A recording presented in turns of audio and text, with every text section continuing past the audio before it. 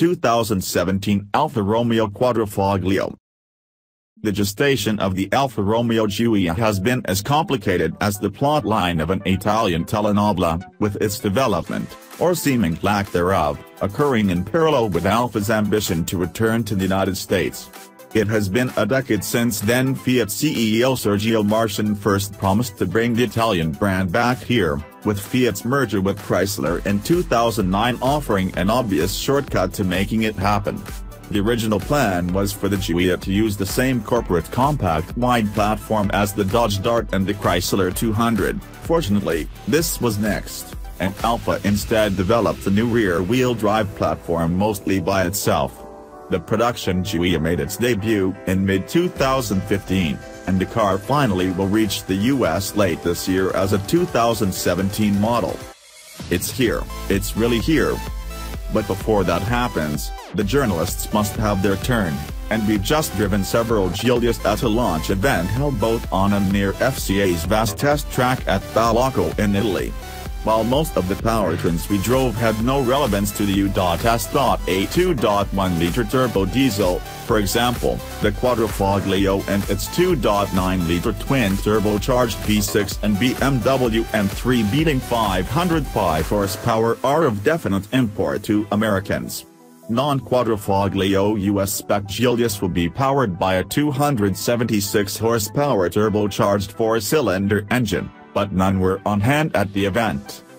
The official line is that the Quadrifoglio engine is inspired by Ferrari technology and technical skills. Essentially, it's a 6-cylinder sister to the Ferrari F-154 twin-turbo V8s that power the Scuderia's 488 GTB and California T, and a cousin to the engine that powers the Maserati Quattroporte GTS. In the Alfa, peak power occurs at 6,500 revolutions per minute, while the limiter is set to 7,250 revolutions per minute. The V6 drives the Quadrifoglio's rear wheels through either a 6-speed manual or an 8-speed automatic gearbox and a torque vectoring rear differential. Only the manual will be available at launch in the US, the 8-speed will come later. Caveats: Alfa would only let us drive the Quadrifoglio on Ballocco's handling course, with the straights broken up by temporary chicanes to make sure we couldn't try to validate the claimed 190 mph top speed. Our time in the car also was limited because more than 50 journalists were waiting to drive one of just 4 Quadrifoglios on hand, meaning the lines were like those you might find waiting for the best ride at an amusement park. Fortunately, our elbows are the sharpest in the business, so we got to experience both manual and automatic versions of the Quadrifoglio. Visual menace, dynamic goodness. The Quadrifoglio certainly is not lacking in visual aggression. The basic Giulia can come across as a little timid, but the top-spec model gets a muscular reworking that includes an active front splitter plus an equally serious-looking diffuser at the back. Weight is reduced by carbon fiber materials for the hood, roof, and drive shaft, with all Giulias also getting aluminum front fenders and doors.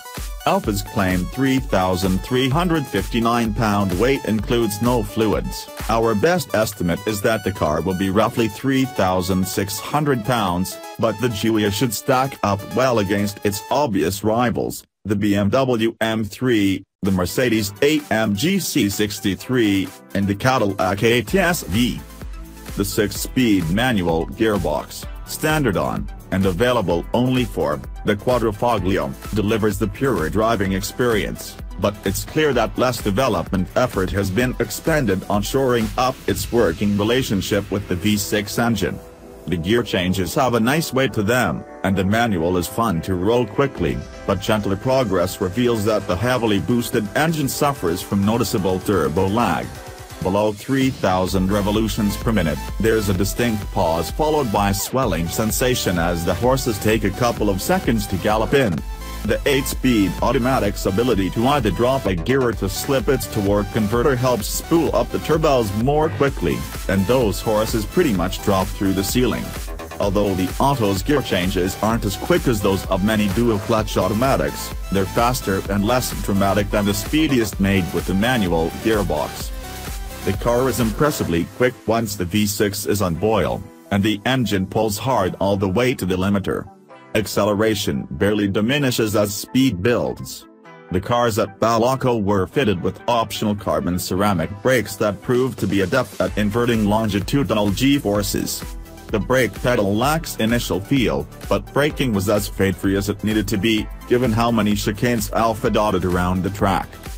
Stability control, it's all or nothing. Lateral G-forces are another matter. The Quadrifoglio's chassis finds impressive grip, and the fast ratio steering works well on the track, but the stability control system prefers to rule things with an iron fist. There are 3 chassis modes that, as in all Alphas, are named in honor of deoxyribonucleic acid: dynamic, natural, and advanced efficiency, as well as an additional race mode available beyond these. As you'd expect, dynamic mode quickens throttle response and firms up the adjustable dampers, but it doesn't slacken a traction management system that can't be controlled separately, and it still refuses to allow any rear-end slip. The stability sentinels work to reduce understeer and to maximize traction, but the result is a rear-wheel drive car with more power than 2 stock 4CS that refuses to take instruction from the throttle. The answer is to switch to race mode, which disables the stability control system altogether. Doing so proves that the Quadrifoglio is ready, willing, and able to steer at the rear. It feels much more friendly at the limit than a BMW M3, starting to slide at lower speeds but doing so much more progressively, and the quick ratio steering works well to keep it pointed, mostly, in the intended direction. Call us scaredy cats if you like, but we suspect most owners, would appreciate a more permissive stability setting somewhere between Nanny Knows Best and You're on Your Own. The Quadrifoglio sounds great, snarling, angry, and very alpha, proving that nobody makes a V6 with more oral appeal than the Italians. The early returns. The car is impressive. Well, mostly. We did find a surprising number of electrical idiosyncrasies in the cars we drove in Italy, from freezing display screens to check engine light. We also found the interior trim did little to dismiss stereotypes about Italian build quality, with some cheap-feeling switchgear and a center console that deflected under gentle pressure. We'll wait to reserve our final judgments until we have more time behind the wheel, but the Giulia Quadrifoglio seems well prepared to battle the competition from BMW, Mercedes-Benz, and Cadillac. It outguns all but Mercedes C63s by a fair margin and, based on our limited first exposure, delivers more emotional appeal, too. This is one comparison test that we're really looking forward to.